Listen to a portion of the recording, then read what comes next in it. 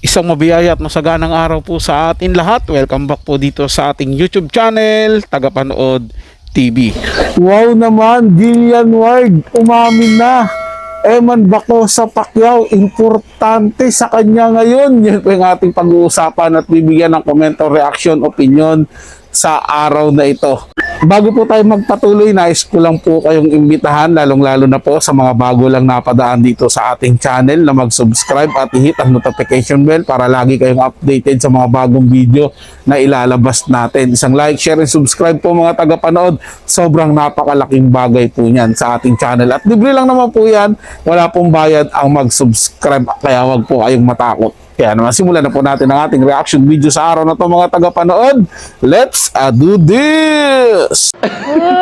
Baka kasi mahulaan niyo po kung sino pag sinabi ko. Jillian Ward, umaming may manliligaw, sino ang nakapagpakilig sa kanya? Mas lalong pinainit ang usap-usapan sa showbiz world matapos amingin si Jillian Ward na may manliligaw siya sa kasalukuyan. Sa isang panayam, diretsahan man ang tanong, simple ngunit makahulugang sagot ang binitawan ng aktres. Talagang may nanliligaw po ngayon, at dagdag pa niya na tila may pawink sa publiko, talagang nakabantay po kayo. Lalong naging interesado ang fans nang tanungin siya kung sila na ba ng naturang espesyal na lalaki.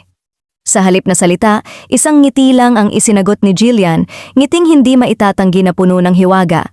Para sa mga netizens, minsan daw mas malakas pa ang ngiti kaysa sa direktang pag-amin. Dahil dito, agad na umugong ang spekulasyon kung sino ang tinutukoy ng aktres. Sa hanay ng mga fans, isang pangalan ang madalas lumutang, isang atletang kilala sa disiplina, tahimik na personalidad, at matagal nang hinihinalang may paghanga kay Jillian. Ayon sa mga taga-subaybay, hindi raw bago ang chikang ito, ngunit ngayon lamang nagkaroon ng mas malinaw na pahiwatig. Hindi napigilan ng fans ang kanilang kilig. Sa social media, sunod-sunod ang reaksyon, mula sa kung siya na, suportado namin, hanggang sa matagal na naming hinihintay ito. Para sa marami, kung totoo man, tila swak raw ang kombinasyon. Isang aktres na grounded at isang atletang focus at may respeto. May ilan ding nagsasabing kung sakaling mauwi man ito sa isang opisyal na pag-amin, hindi na raw sila magugulat. Lalo pat pareho raw simple, low-key at parehong iniiwasan ang sobrang ingay pagdating sa personal na buhay. Isang uri ng relasyon na unti-unting hinahayaan ng publiko na makapansin, pero hindi direktang inilalantad. Sa ngayon, walang kumpirmasyon, pero isang ngiti, isang pag-amin at isang nakabantay po kayo ang sapat para magliyab ang kilig ng fans. At sa isyong ito, malinaw ang isang bagay, hindi pa man sinasabi, ramdam na maybe. Isang salita, isang buong issue.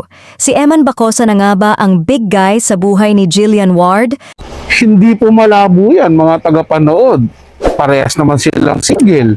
Parehas silang may career. Parehas silang mapera. Well, mapera talaga si Jillian Ward. Si Eman, mapera dahil sa tatay. Pero siyempre hindi naman pababayaan yan ni Sir Manny Pacquiao. Anak din po niya yan. Hindi po ba mga tagapanood? At kung sakali man na ituloy ni Eman Baco yung panliligaw kay Jillian Ward, wala naman pong masama dyan. Diba?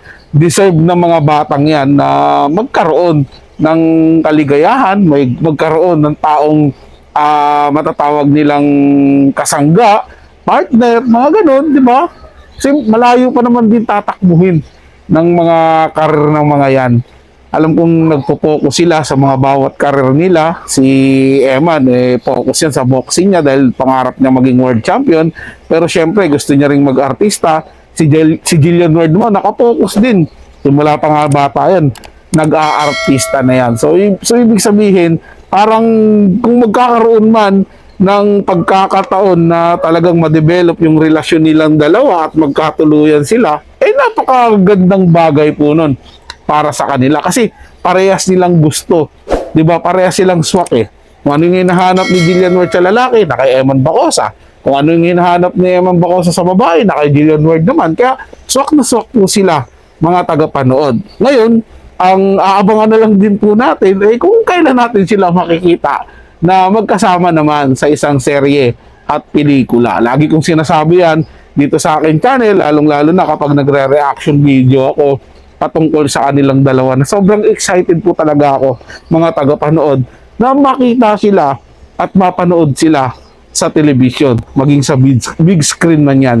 Kaya kung kayo mga tagapanood may opinion at komento, i-comment niyan sa ating comment section. Pupusuan at pag-usapan natin yan. Sino lang po mga tagapanood, ito'y comment at opinion lamang, wala pong personalan. Paalam po at mabuhay po kayong lahat. Maraming salamat po sa inyong panonood.